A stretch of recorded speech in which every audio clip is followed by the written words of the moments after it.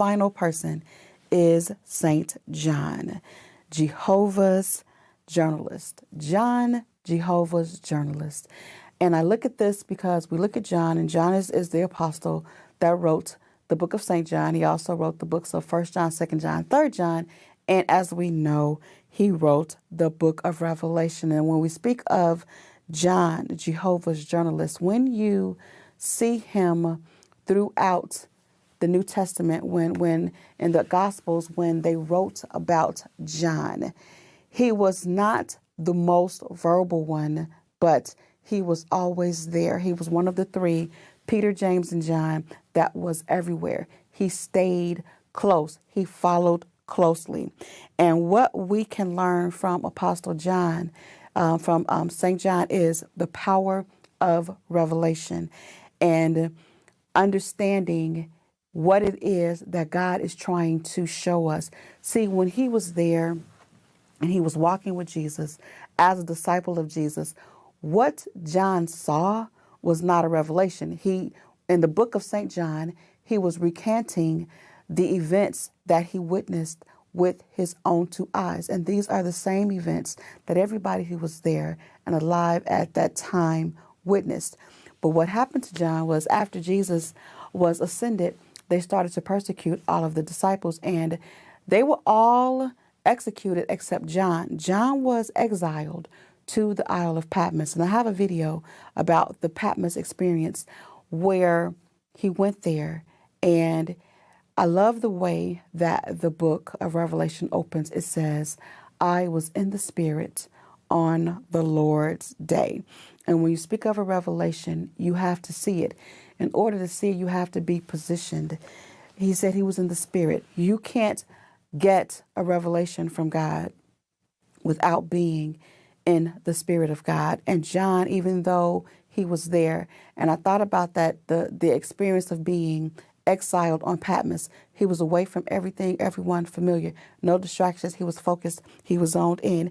And that's when God revealed to him a vision of the very throne room of God.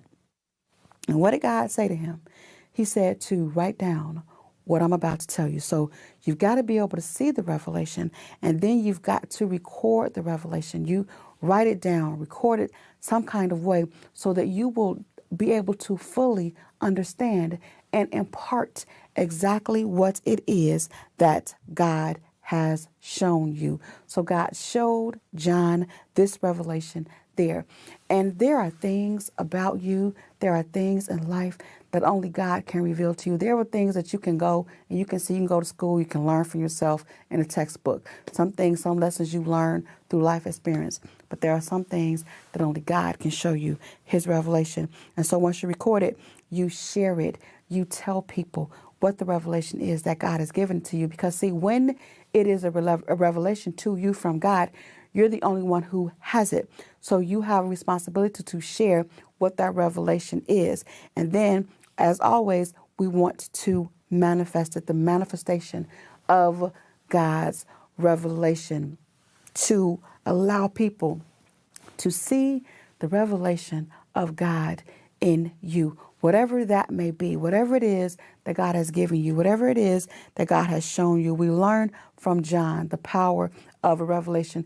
I don't know if you've experienced this, but I have experienced things, man, that I was trying to figure out, how is this going to work?